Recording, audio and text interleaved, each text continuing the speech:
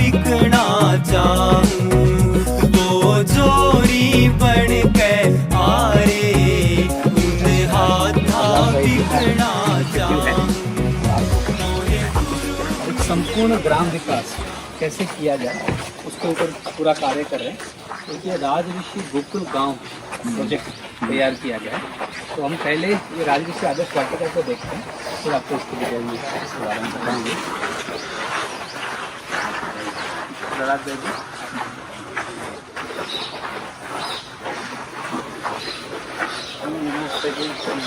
को इसका लक्ष्य उद्देश्य बताते हैं, क्योंकि छोटी सी जगह में कैसा मॉडल क्यों तैयार किया गया है, इसका लक्ष्य उद्देश्य क्या है।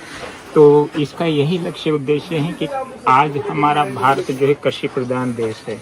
भारत को पुनः हम आत्मनिर्भर बनाना चाहते हैं, विश्व गुरु बनाना चाहते हैं। तो ये विश्व पिता, विश्व परम शिक्षक परमात्मा का जो दी गई राजयोग शिक्षा है, उसको समावेश हम खेती में किसान करता है। एक वो चरित्रवान किसान जब खेती करता है, उत्तम खेती, और उस उत्तम खेती का नाम है शाश्वत योगी खेती, जो प्राकृतिक भारतीय संस्कृति आधारित है, गो आधारित है कंप्लीट। तो उससे ही हमारा भारत पुनः आत्मनिर्भर बनेगा। जब खेत, बरसात का पानी खेत का खेत में रहेगा, गांव का युवा गांव में रहेगा, और कुटीर उद्योग जब हमारे वो अपार होंगे, तभी भारत खुशहाल होगा। तो यही लक्ष्य रखते हुए ध्यान से ये क्या है शाश्वत योगी खेती, उसका कंसेप्ट इस चित्र में है, आध्यात्मिक चित्र में समाया हुआ है। श्री कृष्ण जी को कर्म योगी बताया गया है।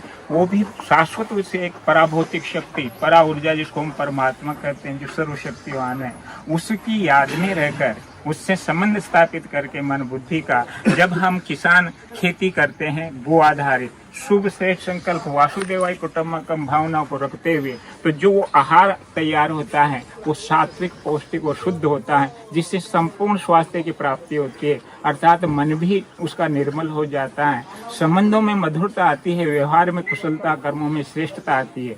तो वो आहार का इतना हमारे जीवन में महत्व है। लेकिन वो योग युक्त मन, शुद्ध मन से किया गया किसान जब खेत में उगाता है तो प्रसाद बन जाता है। और प्रसाद का भोजन का महत्व तुम जानते हैं, भोजन अलग है, प्रसाद अलग है। तो यहाँ स्वास्थ्य की प्राप्ति होगी। आज जो अज्ञानतावश अधिक लोग किसान खेती कर रहे हैं विदेशी नीति से, ये केमिकल खेती, उसका दुष्परिणाम आप हम देख रहे हैं, विनाश की ओर ये लाते। सब समस्याओं का कारण है हमारी केमिकल खेती। तो आज उसकी भेंट में हम कैसे शाश्वत योगी खेती करें, और कैसे एक छोटा सा किसान भी कम जमीन से अपना आत्मनिर्भर वो बन सकता है। इधर हमने दिखाया नर्सरी उद्योग, वो कैसे अपना खुद का बीज खुद तैयार करे, और प्राचीन हमारे जो देशी बीज हैं उन्हीं को खुद तैयार करके आगे समय भी बचाएं और फसल को भी बढ़ाएं। यहाँ हमने ये खेती की है कि किसान कैसे ट्रैक्टर मुक्त खेती कर सकता है, बाजार मुक्त खेती कर सकता है। तो उसमें यहाँ बेड हमने बनाए हैं, और इसमें कैसे 5 चीजें वो एक ही स्थान से ले सकता है। जैसे नीचे कंद वाली अरबी है, हल्दी है, बीच में ऊपर स्पर्श पर जैसे धनिया, पालक, मेथी है, और फिर मध्य में जैसे टमाटर है, बैंगन है, और फिर ऊपर में छत में जैसे बेल वाली है, कुंदरू है, लौकी है, तुरई है, और फिर 15 फीट के फासले पर देशी पपीता। माना एक ही लागत, एक ही परिश्रम और एक ही पानी से वो कम से कम जमीन में, तो वो स्वतः आत्मनिर्भर है। सबसे बड़ी बात 3 महीने बाद उनको निरंतर पैसा मिलेगा। फिर हमने खेत के चारों तरफ बाउंड्री दी है सूक्ष्म पर्यावरण को बढ़ावा देने के लिए। अब यहाँ हमने 511 पौधे इस 1 एकड़ में चारों तरफ दिए हैं, 14 वैरायटी के, और वो कैसे 3 साल बाद जो है एक जंगल बन जाएगा, और किसान को कुछ नहीं करना पड़ेगा, और उसके नियमित वित्तफल मिलते रहेंगे। तो इस तरह से हमने अलग अलग, और इसका सबसे बड़ी बात कि आज मौसम परिवर्तन का प्रभाव अधिक ठंड में भी फसलें होंगी, और चारों तरफ का वातावरण फसलों के अनुकूल रहेगा। तो ऐसा ये एक दिया है, और इसमें सबसे बड़ी बात भूमिका गाय की है, देशी गाय की और योग की। तो यहाँ हमारा शाश्वत खेती में हम यहाँ क्या करते हैं, ये मौन में रहकर शक्तिशाली योग के परिकंपन फैलाते हैं। तो एक इंटरनल खाद का काम करते हैं। आप जितनी भी हरियाली देख रहे हैं ये केमिकल वाली नहीं है, लेकिन ये योग युक्त है, जो आधारित है। बीज के लिए रखिए वैसा। हाँ, इसी का हम बीज बनाएंगे, बाजार से दोबारा नहीं लाएंगे। इसमें किसान क्या कर सकता है, औषधि फसलों की भी खेती वो कर सकता है, जिसका मार्केट अधिक भाव मिलता है, कम लागत में उसको अधिक मुनाफा होता है। तो औषधि फसल का भी हमने रखा है। तो इसमें कीटनाशक वगैरह की जरूरत नहीं पड़ती। पड़ती है प्राकृतिक हम बनाते हैं। वो किस चीज़ से जैसे 10 पैनी अर्क है, जिसको हम खरपतवार कहते हैं, उन्हीं का अर्क बनाते हैं और फिर उसका स्प्रे करते हैं। हमारी किताब है, आपको देंगे, एक शेड होता है हमारा, 4 किताब बाद में ले आना है। और रखेंगे ना जब इसमें सब चीजें लिखी हुई है। वो तो दे रखी है, वो नहीं वो नहीं। वो नहीं भाई साहब, ये खेती ये खेती की स्पेशल बनाई है भाई साहब। ये फ्लावर उद्योग किसान को आज अगर फ्लावर की खेती करे अपने छोटे हिस्से में तो नियमित उसको पैसा मिलेगा, क्योंकि डिमांड इसकी बहुत है। शादी है, विवाह और उसमें फंक्शन है, कई त्योहार है, तो वो अगर इसको समझे, ये देशी है। ये नाम क्या है इसका? ये गोल लगी लेकिन देशी में स्वादिष्ट आए हैं अधिकारी, उनसे फिर आपकी बाद में बात करूँगा। की छत पर हम कैसे ग्रो कर सकते हैं अपने यौगिक खेती में सब्जियाँ। तो आज क्या कर रहे हैं, शहर वाला भी बाजार जाता है, मंडी में पैसा देता है, फिर हॉस्पिटल जाता है। तो वो हॉस्पिटल न जाए, खुद का प्लांट खुद छत पर करें।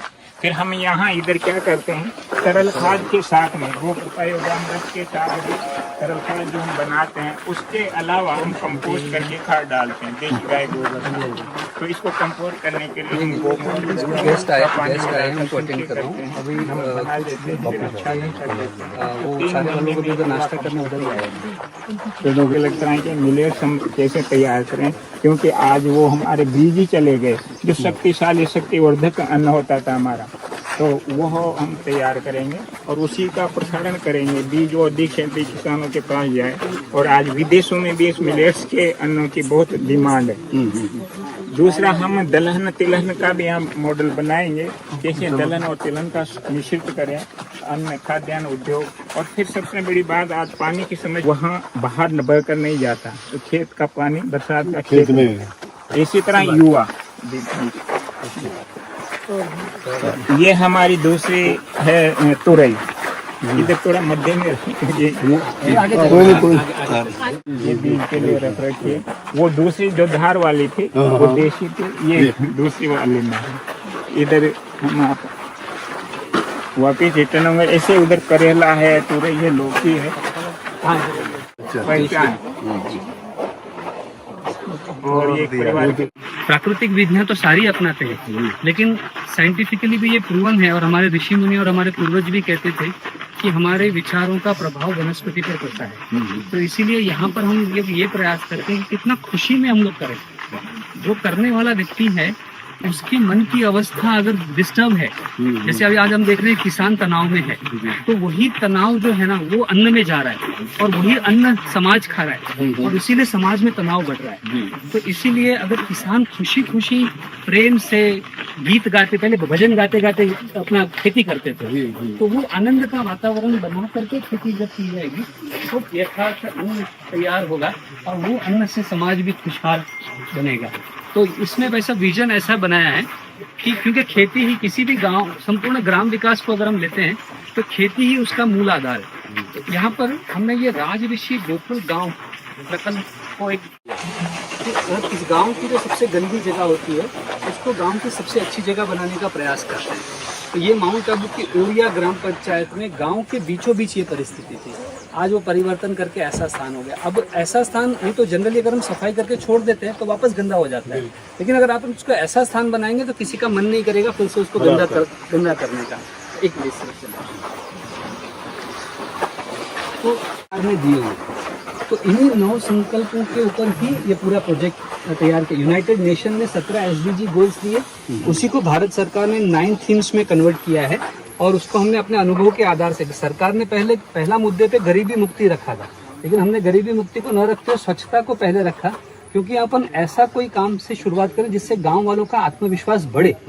स्वच्छता आप शुरू करेंगे तो सवेरे कहीं काम करेंगे तो शाम तक उसका प्रभाव दिखता है, तो गांव वालों को कॉन्फिडेंस आता है कि हाँ ये कुछ प्रैक्टिकल हो रहा है, चेंज हो रहा है, तो फिर गांव वाले जुड़ते हैं और गांव से ही हमें करवाना है। विशेष करके वैसे जयपुर में एक जाहोता ग्राम पंचायत है जिस गांव में ये 9 के 9 थीम्स पर कार्य हो रहा है। नहीं तो आज भारत में बहुत गिने चुने गांव हैं जहां पर ये प्रैक्टिकल में हो रहा हो। तो उनमें से ये एक गांव है जयपुर का जहोदा। ये हमारे सरपंच साहब है उस गांव के, और ये पूरी तरह से मेडिटेशन के अभ्यासु हैं। तो इन्होंने गांव वालों को एकजुट करके प्रेम से, स्नेह से सबको एक सूत्र में बांधा। और हमारी बहनें जो है पास में वहीं पर सेवा केंद्र है, तो रेगुलर मिल करके गांव में परिवर्तन लाया है। अभी इस गांव को पानी बचा मॉडल गांव तैयार किया है कि जहां पर संपन्नता भी है। अभी आज हमारे गांव टूटे फूटे हो रहे हैं तो लोग गांव छोड़ करके शहरों में जा रहे हैं।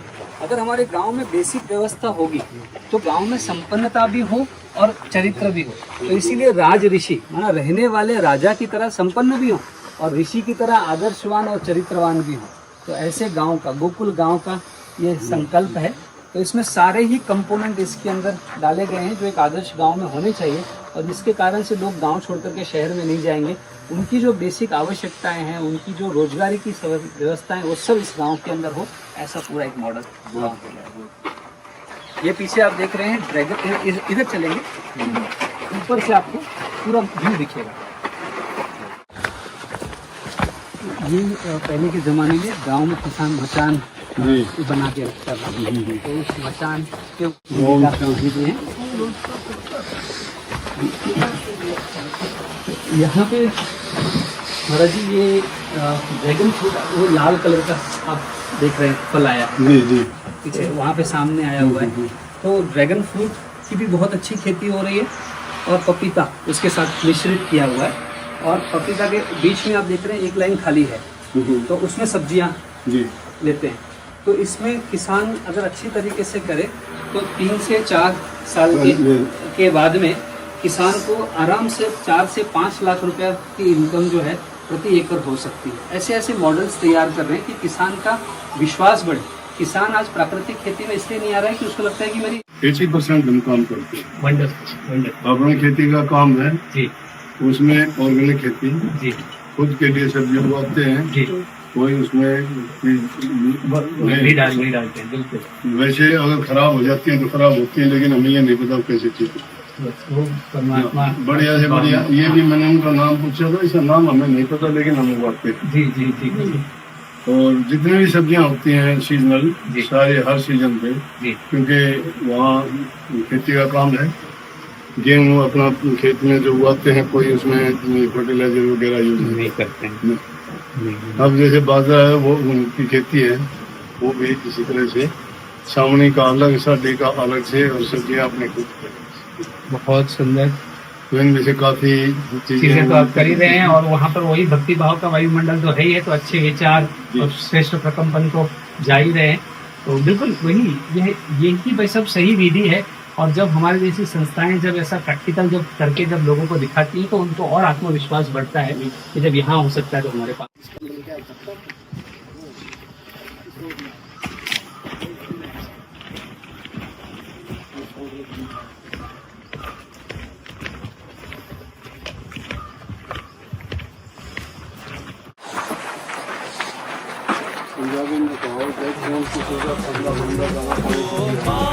प्रेम का लारे मैं तोड़ तोड़ फल खाऊं, मोहे गुरु मिले अति प्यारे मैं नित नित शीस झुकाऊं।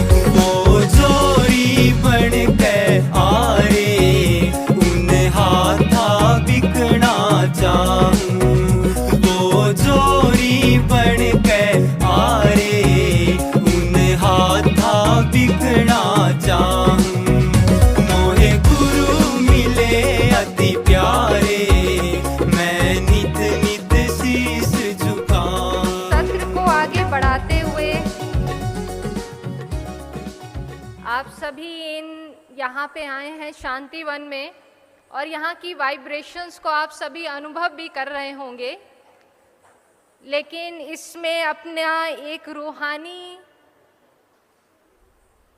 खुशबू फैलाने के लिए आज हमारे बीच में आए हैं आदरणीय परम संत हुजूर कंवर साहब जी महाराज। परम संत हुजूर कंवर साहब जी महाराज हरियाणा प्रांत के जिला भिवानी के दिनोद गांव में प्रतिष्ठित राधा स्वामी सत्संग आश्रम के हाजिर मौज हैं और आपके मार्गदर्शन में राधा स्वामी सत्संग ने 12 शाखाओं से 60 शाखाओं तक विस्तार पाया है और खासकर विदेशों में कनाडा, अमेरिका और लंदन में भी आपके आध्यात्मिक केंद्र हैं और आप सामाजिक सुधार के लिए भी कई कार्य करते हैं। नशा मुक्ति, मांसाहार त्याग, जल संरक्षण, पर्यावरण संरक्षण जैसी सामाजिक कई कार्य आप करते रहते हैं। तो आदरणीय परम संत हुजूर कंवर साहब जी महाराज हमारे बीच में हैं। हम आपसे आपके आध्यात्मिक ज्ञान को सुनना चाहेंगे।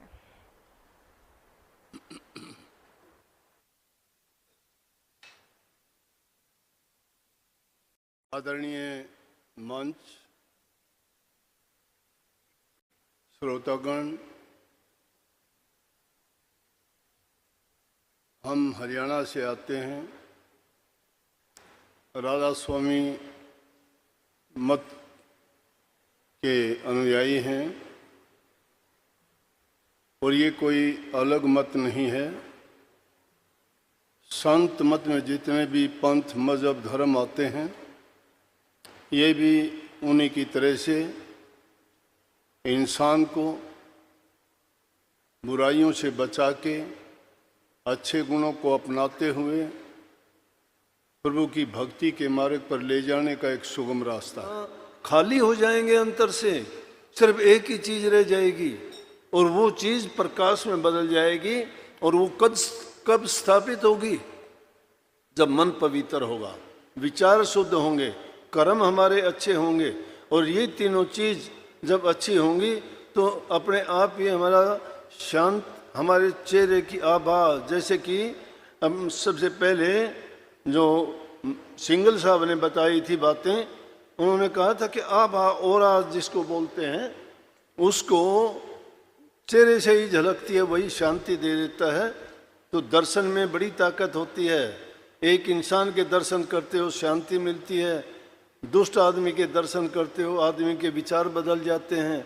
तो महापुरुषों के संग में जाके उनके दर्शन करो, उनके विचार सुनो, उनसे आशीर्वाद लो और दुआ करो कि वो आपके भी विचारों को शुद्ध और पवित्र बनाएं और मालिक आप सबको भक्ति करने की शक्ति दे जिससे तुम्हारा जीवन पवित्र हो। सबको बहुत बहुत आशीर्वाद, दुआ, मालिक आपको शांति दे, प्रभु की भक्ति में लगाए, बुरे ख्यालात और दूसरी बातों को त्याग के अपने सद्गुणों का संचार आपके हृदय में हो और आपका जीवन पवित्र हो और दूसरे लोगों के लिए आप एक मिसाल बने। बहुत बहुत धन्यवाद। राधा ओम शांति शांति। अति प्यारे मैं नित नित शीस झुकाऊं।